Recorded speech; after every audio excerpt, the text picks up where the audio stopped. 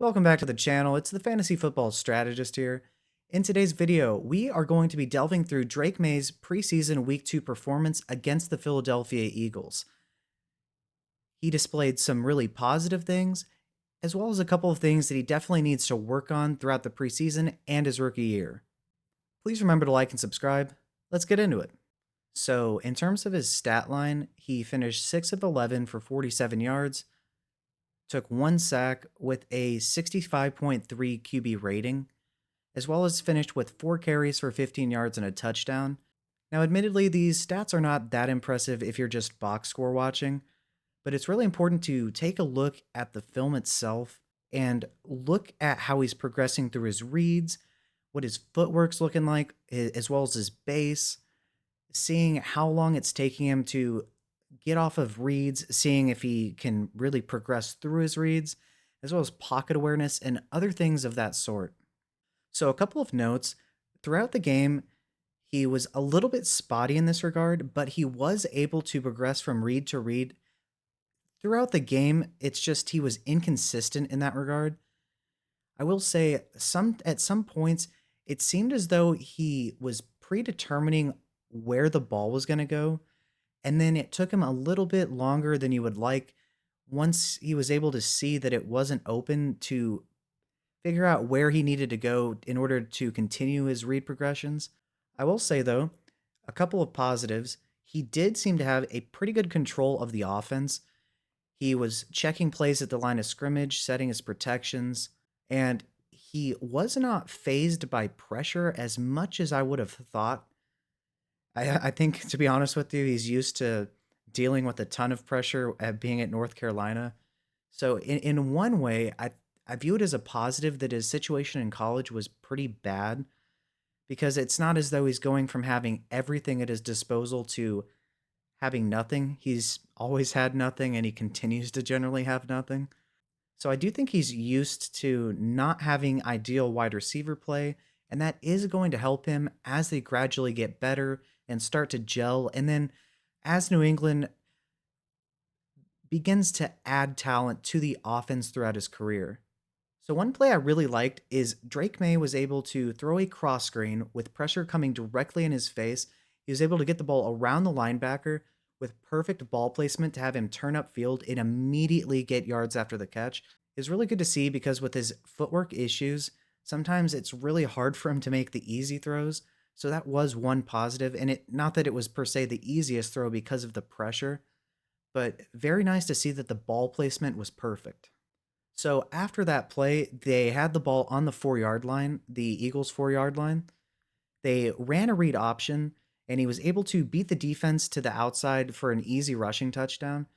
Now, it did look like there was some potential miscommunication by the defense on the play, but nonetheless, he took advantage of it. It does appear, though, that he has the requisite speed to take advantage of read options and scrambles, and it's really going to help him progress as a player because when you don't have the one trait that helps you get out of bad situations, whether it be the ability to extend a play, whether it be a scrambling or just overt speed, it makes it more challenging when you don't have a certain trump card.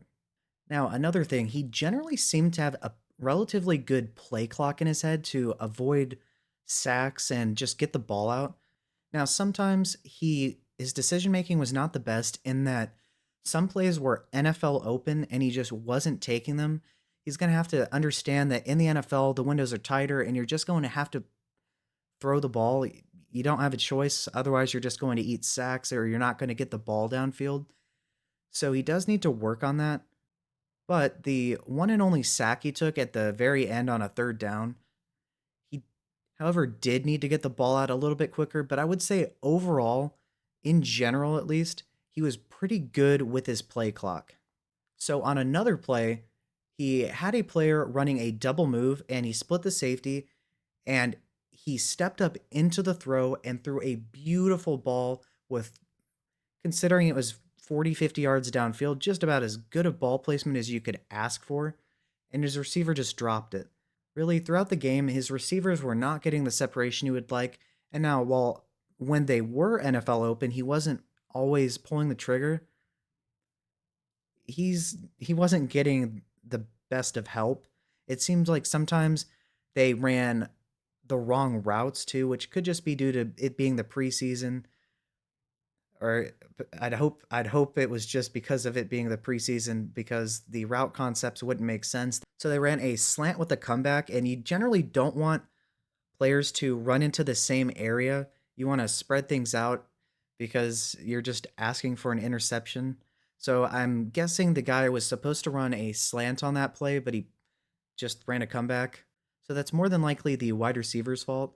And Drake May threw it a little bit ahead of him and inside, so that would tell me that it's probably a slant.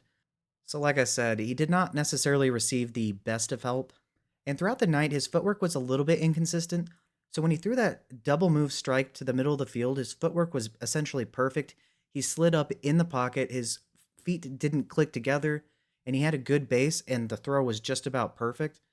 Yet on other plays, he would click his feet together, and it just makes it hard for you to have a consistent base. And especially if you need to throw the ball while you're doing that, you're just more than likely going to be off target.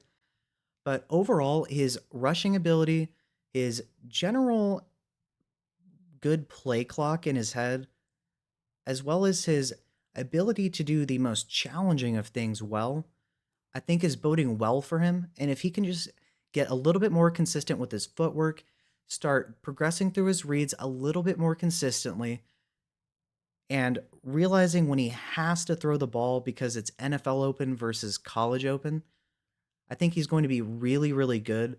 And I think this 6 of 11 for 47 yards stat line is not necessarily indicative of how good or bad he was. Although, to be fair, he does need to be more efficient. But overall, I'd probably give him a B. And the future is looking bright in New England if he's able to build off of what he already has and can just fix the little things. So overall, I like Drake May and think that his performance was relatively good and much better than his stat line suggests. But what do you think? Were you impressed with his performance? Did you have a lot of issues with it? Let me know in the comments section. As well as, do you believe in Drake May in the future? Yeah, no? Also, let me know in the comment section below. With that being said, I'm the fantasy football strategist, your NFL breaking news source, and the dynasty and redraft implications behind said breaking news. I am building a library of information with which you can use to dominate your redraft and dynasty leagues in 2024 and beyond. Please remember to like and subscribe. It would mean the absolute world to me. Thank you and have a good day.